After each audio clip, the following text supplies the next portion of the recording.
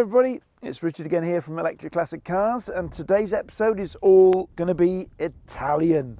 So we've got a 1990s Alfa Romeo Spider to take you out for a spin in today, and this is what we called a mild conversion. We've been out in a couple of wild conversions now, like that BMW CSL Shark Nose recreation, which had a Tesla motor in the back. This is more on the mild side of life. So what we do with mild conversions is we kind of try to replicate, if you like, the original power that the car used to have. So this had a 2-litre engine in the front, knocking out around about 125 horsepower.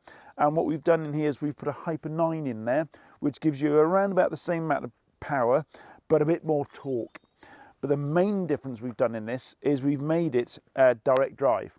So there's no gear stick. We haven't put a motor directly onto the original gearbox. What we've done is got the motor put onto a gear reduction unit and then straight onto the prop. So let's take you a little bit around the car. First of all, what have we done that's nothing to do with the electric conversion? Well, as you can see, the paint is stunning. So we've given it a little bit of a new coat of paint. Interior-wise, we've done a complete new retrim of the interior. Awesome trimmers have done a fantastic job of doing the seats and the door cards and everything. And they've also put in the Alfa Romeo logo into the leather on the seats. So fantastic job in there. Carpets and everything the same. So visually, it's had a bit of a a refresh, let's say, and it looks absolutely stunning now, especially in the sunshine here in mid Wales. But you're not here to talk about that, so you want to see about the electric conversion. So let's take you around the electric conversion. What have we actually done to this car? Well, if I can find where the bonnet pull is, there we go. So we've put a Hyper 9 motor in the front, as I already mentioned, and we've put now it's what's called a Hyper 9 HV, which isn't very high voltage to be fair, but it's higher voltage than their standard motor. So the HV allows us to put in more batteries to basically raise the voltage up a little bit. So this has actually got 7 Tesla Model S batteries in. So each Tesla Model S battery, depending on which version you go for, whether or not it's a P100D or an 85 or 90, they can give you anything from around about 5.3 kilowatt hours per module to around about 6.2 kilowatt hours per module. But the realistic usable energy is less, if you like.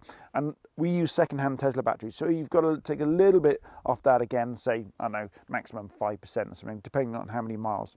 So if you think this has got 7 in, so that's 5, 10, 15, 20, 25, 30, 35 kilowatt hour battery pack in this.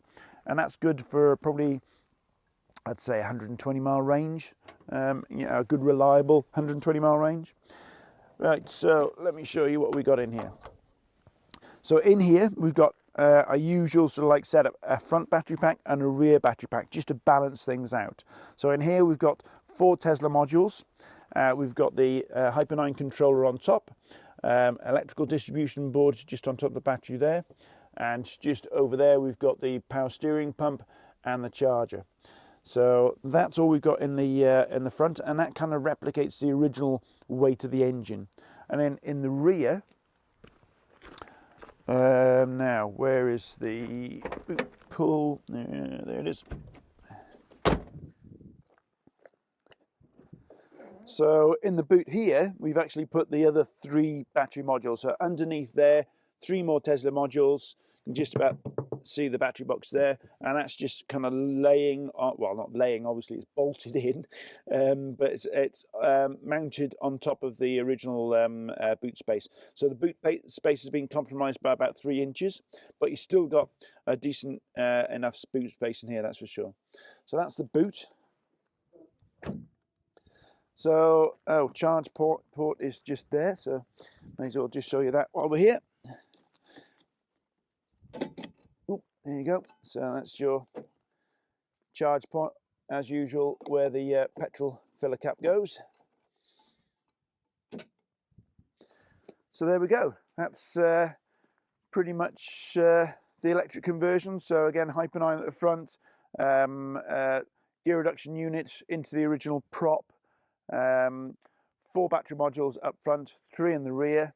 So it's quite a nice weight distribution. It's around about the same weight as the original car. But I think it's time to go for a spin, don't you? Sun's out, battery's pretty much full. So I think close up the bonnet. Tim, you better jump in. Let's go for a spin, mate.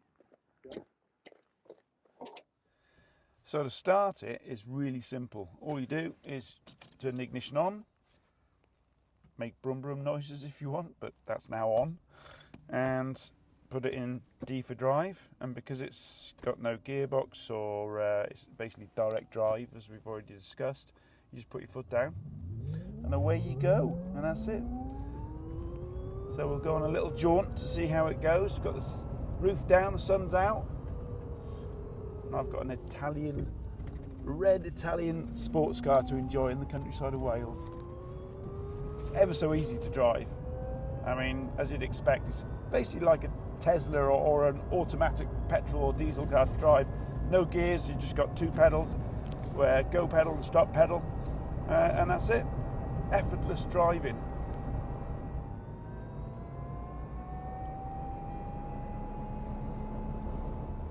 So down here is where the original gear stick used to be. It's like it was a bit of an odd affair. It kind of came out at an angle to about there, sort of thing.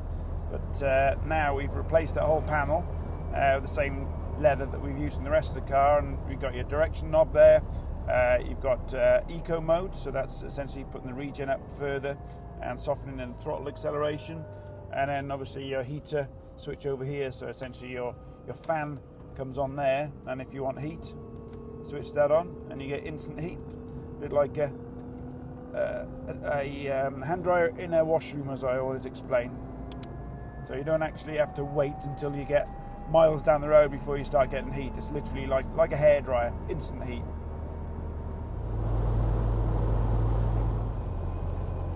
So on the dial side of things, obviously we've replaced the original dials that are on the car.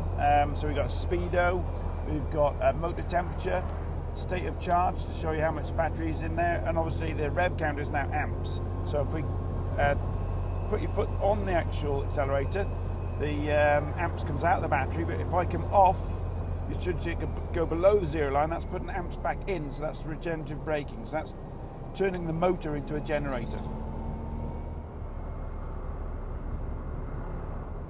It's so effortless to drive as well. It's really, really relaxing as well, and it's a comfortable car to be in.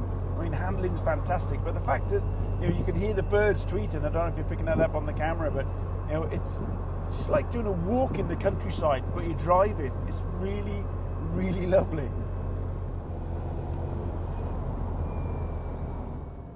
I mean, I know this car's going down to London to live, but the handling of it reminds me of an MX-5. It's just, I mean, it's not an all-out sports car, that's for sure. I mean, there are certainly limits to the handling ability of the car, but it's just so predictable and neutral, and it just puts a smile on your face going around the corner. So really, really am impressed with this car. But equally, it's going to be just as home in the streets of London. It's nice and nippy, get out of like junctions and things like that. So I think it's an all-round city strokes, like semi-countryside, like weekend warrior around the twisty stuff. I think it's the ideal car. I'm really liking this car. I'm not a fan of Italian cars normally, but I can get used to this.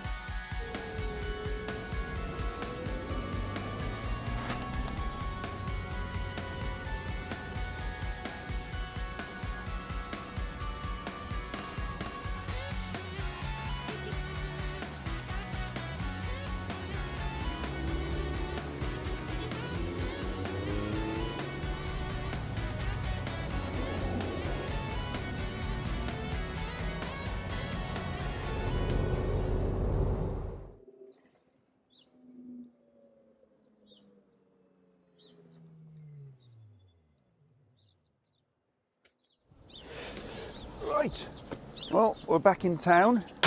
We're down to 40%. We only set off with, I think, 80%, so we've had a good couple of hours fun up in the mountains. And now it's time to get some free fuel. Can't remember many times you used to get free petrol at Tesco's, can you, Tim? Especially not now, nearly £2 a gallon. It's true.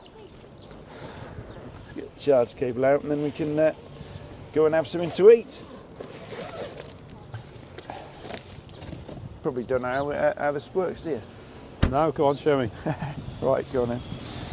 So, it couldn't be simpler, Tim. Even you could do it, mate. So is this free? Do you have to pay for this now, or is it free? It's free. I think it's like free for, I don't know, 10 minutes, half an hour, something like that. And after that, I think even then it's free. I think you just have to register or something. So, I don't know. I've only ever used the free bit. Where's my phone? Oh, in my pocket. Yeah, oh sorry, come here. Oh, actually, it's already working. So you can hear the fan? Yeah, I can hear the fan. So that's now working.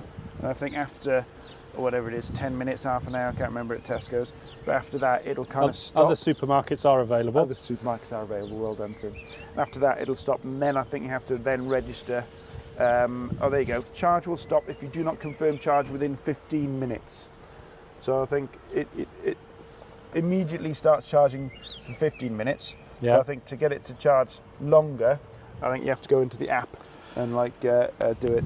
So we've had a couple of hours driving around in the countryside. Yeah. And now we've come down to Tesco, and Tesco's going to give us free juice to recharge while we go and have a sandwich. Yeah. It's very good of them. So bear in mind, we're going to spend money in the shop to have a sandwich and coffee and whatever anyway. But you know, when you do your shopping, then you know you come in here to do your shop anyway, and you get free charge it while you're there. So as I say, never remember getting free petrol when you used to go to Tesco's. That's for sure. Well, we could try it. Shall we go to the petrol station? And I think you need it with your Healy, right? I do, yeah. You need to take out a second mortgage at the moment for your I do, Healy. yeah. So there we go. I think we'll call it a day here. We'll go and get some bacon baps and a coffee. Hope you enjoyed the video, everybody, and thanks for watching. And I think this is one of the first modern classics we've done. This is a 1990s car. Normally we do 50s, 60s, 70s, maybe early 80s cars. This is one of the first like modern classics we've done. So let me know in the comments below, what do you think? Should we do more modern classics? What would be your ideal electric classic of any era?